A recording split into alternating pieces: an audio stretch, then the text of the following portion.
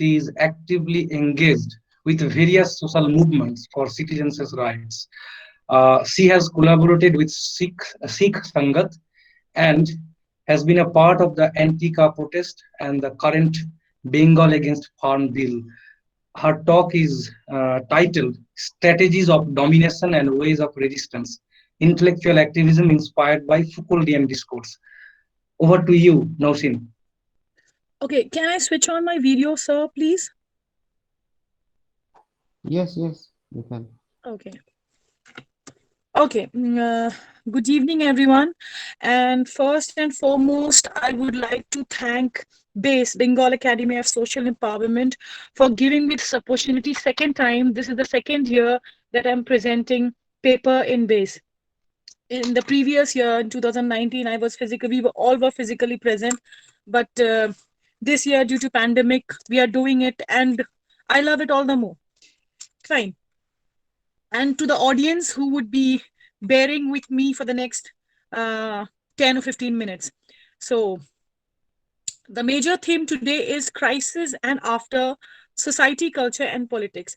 Since I am a political science major, so my paper is directly related to politics, society, culture, and living in India presently, you cannot be away from crisis. So, it's become a part of you. So, my paper, the title of my paper is Strategies of Domination and Ways of Resistance, Intellectual Activism inspired by Foucauldian Discourse. I would like to begin with the famous quote of Michel Foucault: where there is power, there is resistance. All the previous paper, I would say all the three previous papers have focused on power, domination, and authority, the way this particular government is using against its own people. We had Anatullah, we had Masumi and Sumit as well. All of us. So my paper would just be a corollary to that, supporting with a theory, with the theories of Michel Foucault. So I would not get into the details of what power is according to Michel Foucault, that is symbolic, epistemological, related to knowledge. I would directly come to very important concept of Michel Foucault that he tend to conceptualize in terms of love of the master, quote unquote, power in terms of love of the master or desire of the masses of fascism. So, till now, we have been discussing about the oppressed. Now, there is a section of the society, majority of them, who do not feel that they are being oppressed, and we know who they are. We'll discuss about that. Okay, love of the master and desire of the masses of fascism has certain subjectivization of power relations. When we use desire or love, the words like desire or love, it does not mean that it is free from power relations. Power relations is all the more active in these two apparatuses, I would say. Love of the master. Master, I don't have to name the person whom we are talking about, because when there is a master, there are bhakts, right? So I have said that already. Love of the master is a way of not posing the problem of power. Listen to this. Love of the master is a way of not posing the problem of power, but posing it in such a way that it cannot be analyzed. Andhbhakt, blind followers, that it cannot be analyzed. It has been made in such a way, it has been twisted in such a way that they lose their senses of analyzing what is happening with them. As for example, we can say when demonetization took place, when this farm bill came in and other laws, they and India is under financial crisis. Though the Bhaks believe that they are giving sacrifices for the country, they do not see it as the government, the fascist regime is sucking their blood, but they tend to see it as a sacrifice made to the master for the nation, which is absolutely not true. How they are doing it, how they are strategizing this particular domination between, among, above, within their own people. My personal observation is that they are doing this from two perspectives, from two tools, I would say. Number one, they are creating perception. And number two, their way of doing propaganda. Perception is, we all know that creating, nazariya create karna, creating a perception, which may be real, may not be real. So they create certain perceptions. And how do they do it? They propagate it through the mainstream media. As Anatullah said it early, citing the example of Arnab Goswami. 2 days back, I was in a rally, in a protest march, and this India TV came in. And I must tell you, my first-hand experience, I was there, and this lady Archana was asking questions to the people she knew. She could, easily locate those people from the gram area, from the villages area, who would essentially may not know the details of the farmers, but they were there to support the farmers. And I was standing there, right there. I was telling her I would answer the question. There are 3 bills when she started. And she was just removing her mic from here to there. She was not giving me any, she was not showing any interest in my replies. So I said, I can answer. I'm one of them. Ask me and I would answer. So listening to my English, she thought that I do not know Bengali. So आप हिंदी जानती हैं? I said, fine, speak. आप हिंदी में पूछिए. Okay, then she switched. आप बंगाली जानती हैं? मैंने हाँ, আপনি বাংলায় জিজ্ঞেস করুন. So knowing this, she just removed the mic away, and then there was a kind of protest against this as well. So let's not get into that. This is how this media is propagating, creating their own perception. And I was present in the whole march, and in prime time when Rajesh Sharma at 9 p.m. when they telecasted in India TV the whole thing, I saw 3 people there. I said it in my last live as well. 3 young men with jackets and everything, with their face covered with mask, and I can assure you they are not from the people present in the march who were marching, who were protesting. And then when Archana simply go to that person and ask, why are you here? Quote unquote, the man replied, Muslim लोगों ने यहाँ पे ये मुसलमान का प्रदर्शन है इसलिए हम यहाँ हैं. So look at the perception it is creating. Definitely it was a protest march called by Jamiatul Ulema Hind. There were many of them who were in pajama, kurta and skull caps, but there were many others as well who were jeans, t-shirts and in pugs. Sardars were there. So they created this narrative that ye Musalmano ka protest hai, and why are they protesting for the farmers? So this is how it is, just a personal example, first-hand example that I am giving, how they are creating perception and how they are propagating with the help of mainstream media. Okay, now and the second step to this, when they propagate, the manifestation of power takes on to the pure form, thou shall not. It means we don't have a say. We cannot resist. If you see the farm bill, where our democratically representatives were deprived of their voting rights, where the cameras were shut, their mics were taken off, this is undemocratic. CAA is again unconstitutional. It encroaches the very basic, the preamble of our constitution and Article 14. So we don't have a say. You don't have a say in the largest democracy. So the manifestation of this power relations come to the final form, thou shall not.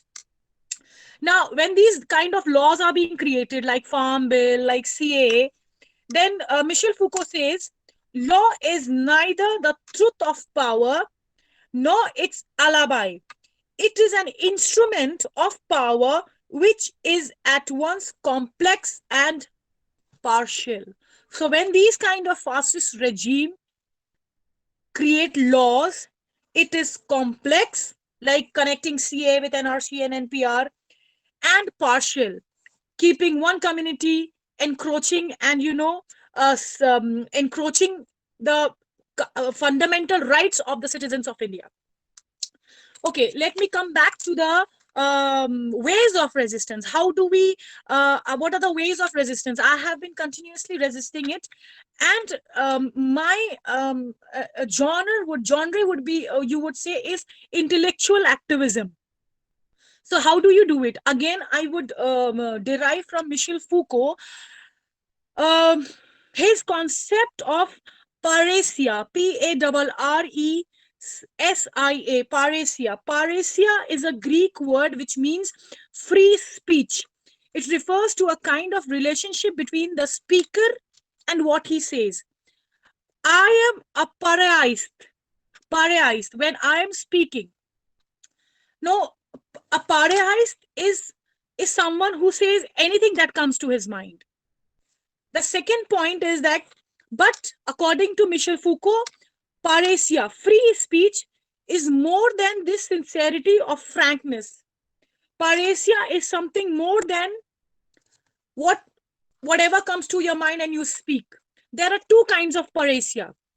This is my observation, since I am supporting this with my kind of examples. Two kinds of paresia. Bad kind of paresia. Bad kind of paresia is saying anything that comes into your mind.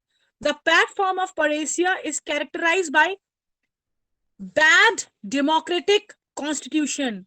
And the best example that I can give is the statement given by, I don't want to take the name, Goli Maro Salo ko. It is planned, but I would consider it as bad democratic constitution. There is another kind of paresia that is available that is endorsed, validated by the classical texts of Plato as well. Paresia does not have this pejorative meaning when it becomes positive. And how it becomes positive? When you tell the truth. Resistance comes when there are lies, when there is fakeness, when there is domination, when there is authority who subjugates its own people. The important question here is, does the pareist, I'm quoting from Michel Foucault, does the pareist say what he thinks to be true because he thinks that it is true, and he thinks it is true because it is really true? So how I would like to defend this is that I have supported my activism from research. I have researched on that. Research is supported by facts. Perception is supported by examples. This is how my entire team works. When you research, you come across something that's not important, something that you cannot validate, something that are not facts, and your perception sometimes go wrong. But when you have solid examples to support your argument, to support your example, to support your perception, then it becomes intellectual activism. In our digital campaign, that is hashtag I resist from home or hashtag Bengal against Farm Bill, we do it at the ground level. Whatever we have said is based on facts, observation, authentic sources. We go by primary sources. Sometimes secondary sources we take, but it is actually researched, well-versed intellectual activism. But if you think that Nausheen Baba Khan is a PhD research scholar and she would she can intellectually activate people, but when you listen to the women who are on the road, women who are coming from the households, you would realize that fine, these women know more than Nausheen Baba Khan. Let me say that in public forum. Yes, because they are out of the kitchen. They know what is actually going on, because they are facing the real dilemma. The financial crisis have hit these kind of women hard, real hard. The last the last characteristic of paresia, and I would just take 2 to 3 minutes and I'll just wrap up. A parais, this is very important for me personally. Parais, parais is also somebody who takes the risk.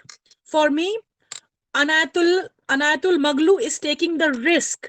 For me, for many of them, when I'm speaking like this in a public forum, you have a number of followers, I am taking the risk.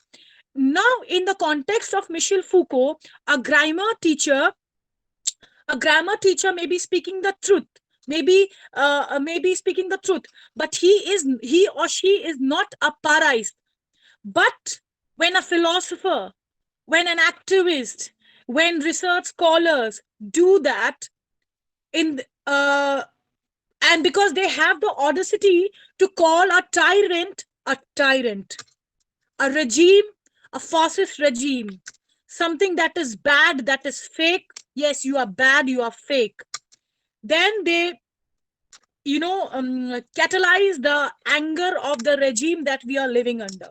But when you are resisting, you have to get away with this risk factor, and you have to get away with this, what if the regime is angry. That's not my lookout. My personal, or my lookout is, my area is resisting. So this is my paper, and I would like to conclude it. The positive aspects of power by Michel Foucault. In fact, according to Michel Foucault, whatever we are discussing, we know the strategies of domination, and we are well aware that how we are supposed to resist through social media, on ground, verbally, with Nukkad Sabha, this is also a kind of resistance. This is also, and I would like to congratulate Base for having this kind of, major theme. Crisis is the word, crisis and after. So it says it all. Base is also resisting from the past couple of years and maybe more. So the positive aspects of power by Foucault, in fact, I am not concerned about the negative aspects of power, because when we are resisting, we are gaining authority, verbal authority, digital authority, intellectual authority, whatever kind of authority, but we are gaining. So these are the rituals of truth, and we should stick by it. Thank you very much. Thank you everyone for bearing with me. Over to you, Base.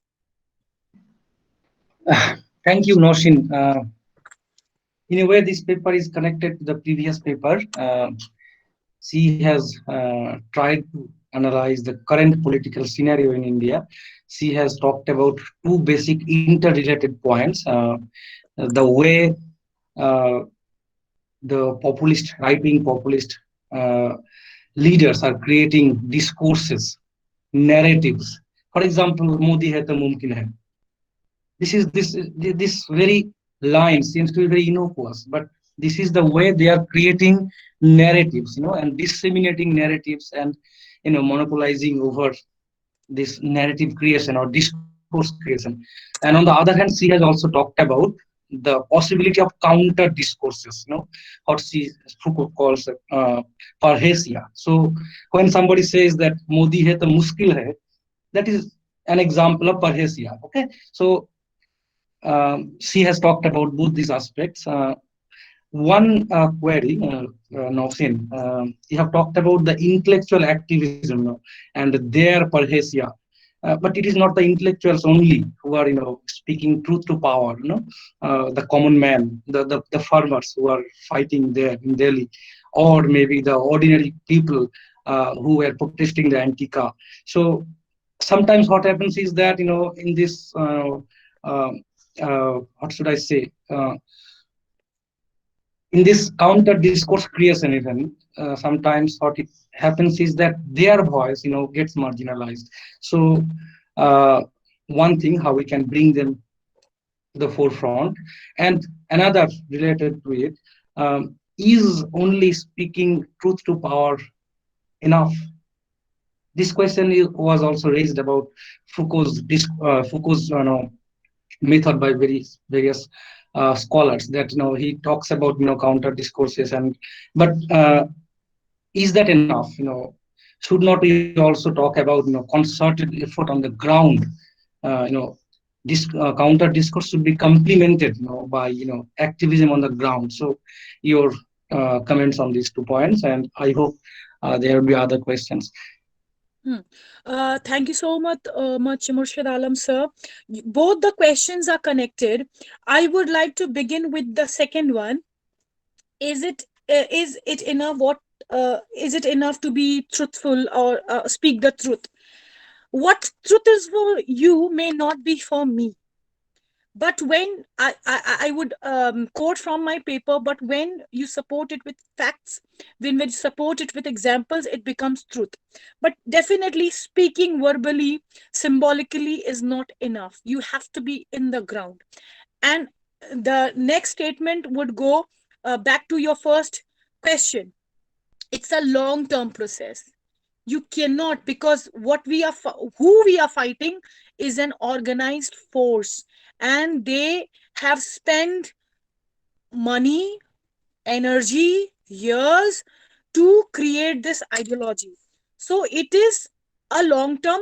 We have just started. I have just begun. I don't know where I would end, whether I would reach the end or before I could get killed, because you cannot trust. There is a trust deficit. The farmers, when they are there, they are not eating their food given by the government. This is trust deficit, but this does not mean that we should stop here. Okay, intellectual activism, but how do you connect it with the farmers and how you become the voice of the farmers? What we are doing with personal experience, I would like to share awareness. You have to be one of them, quote unquote. When I'm speaking in base, I am what I am, but when I'm with them, you have to be, so that they could connect with you. Language is the most important thing. You have to connect with them, and Foucault also speak about language. His language and this one, language and symbolic power, he has written this whole book on that. So language is one of them. Trust, there should not be trust deficit. And personally telling you, Abid is here. He says, when you go there, when you go in any procession or any anywhere that or any organized rally or anything, it get legitimized. It's a very big thing for me, because you have to create that trust through hard work, through research. When you go to the people, you have to be simple, you have to use simple language, but for that you have to prepare yourself so that you could make them understand in the simplest language. I hope I could could justified your question. So I can see a question here in the comment box, if base allows me to answer. Yeah, go ahead, no.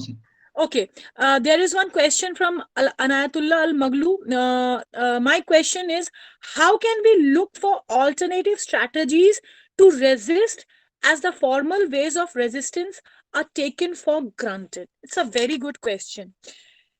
Electoral politics is the way, end way. It is the end. Electoral politics, participating in electoral politics. But before that, you have a huge road, a destination to cover. That is creating leadership. Since I am from West Bengal, I would speak in terms of West Bengal only. What my team is doing, what I am planning.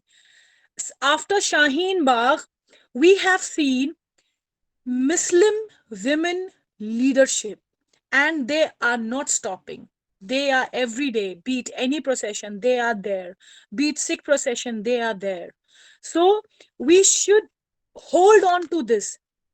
And when you see, again, I would look into the question, strategies to resist, as the formal ways of resistance are taken for granted. Yes, formal ways are, anytime my Facebook page can be, Twitter account can be, blocked.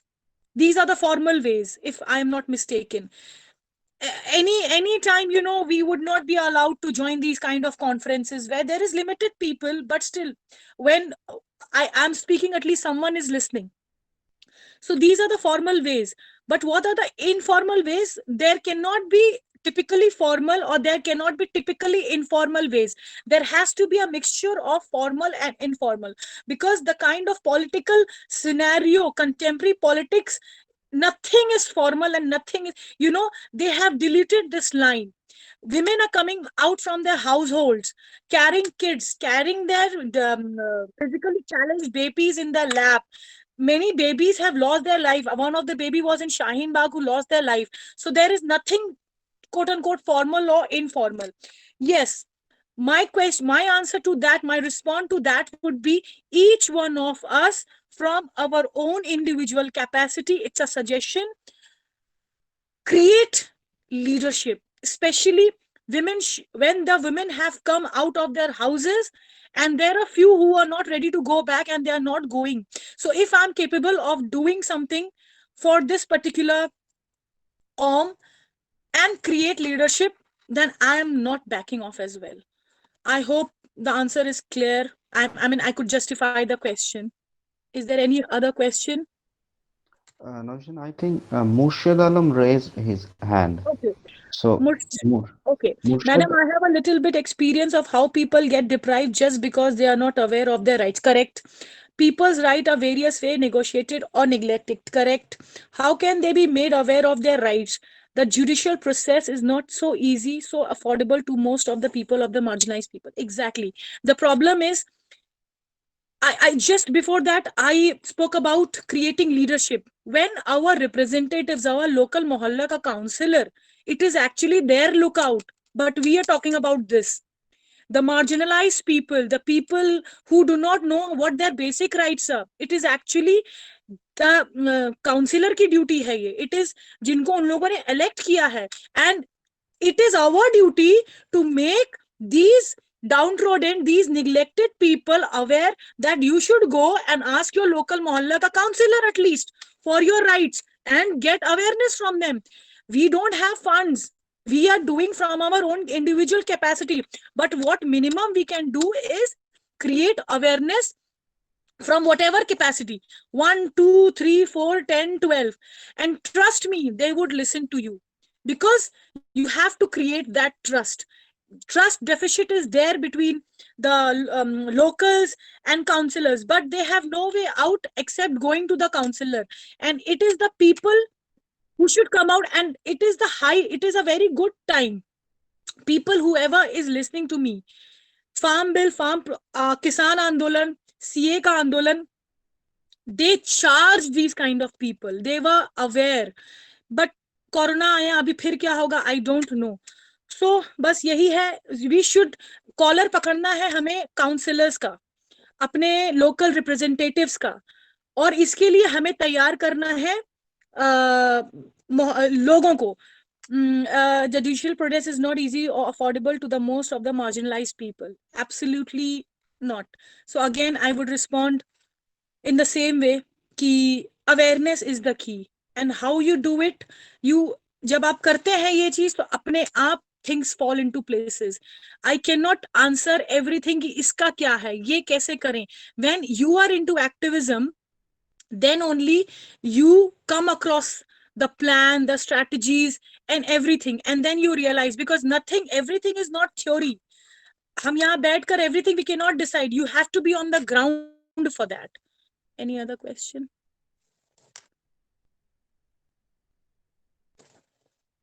Do you think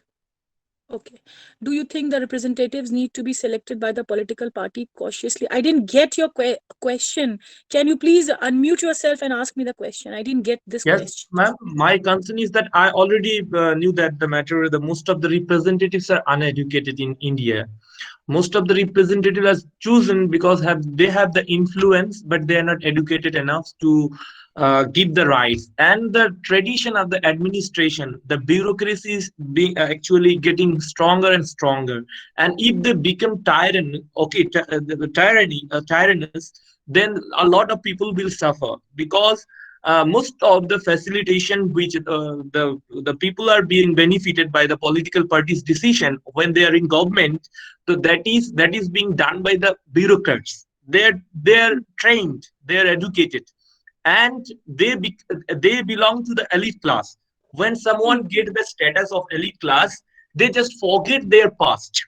What happens today, I just personally feel, and I have a little bit of experience, that when a person get engaged with bureaucracy, they just think about they belong to the corporate society and they lead their life lavishly, and they think most of the people are ignorant and let them be ignorant, so that they don't have to do.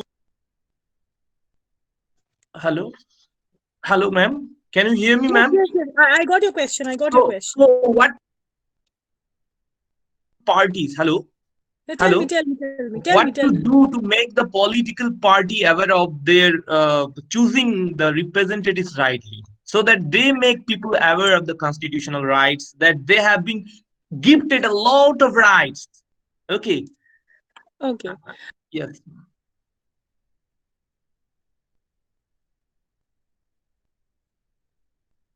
Notion, please unmute yourself. The simplest answer to this question is it is a political party. And in India, where the largest democracy sometimes is referred to as mobocracy. Mobocracy. So it is next to impossible for a political party, and in the present political scenario, to go by the principles, if they have any positive ones, value laden norms. Political parties are free from that. They have goons, they have got their own agenda.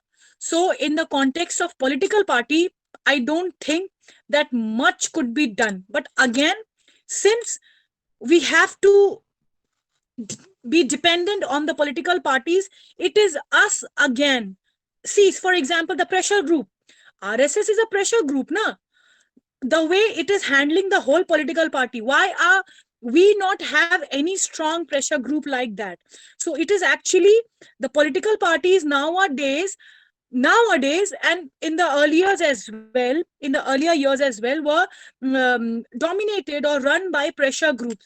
So we have to create these kind of pressure groups, so that political the genuine ones, the intellectual ones. Intellectualism is also not free from agenda and anything as such, but educated ones no, again, I would say I'm contradicting my own self, because this is too much for me.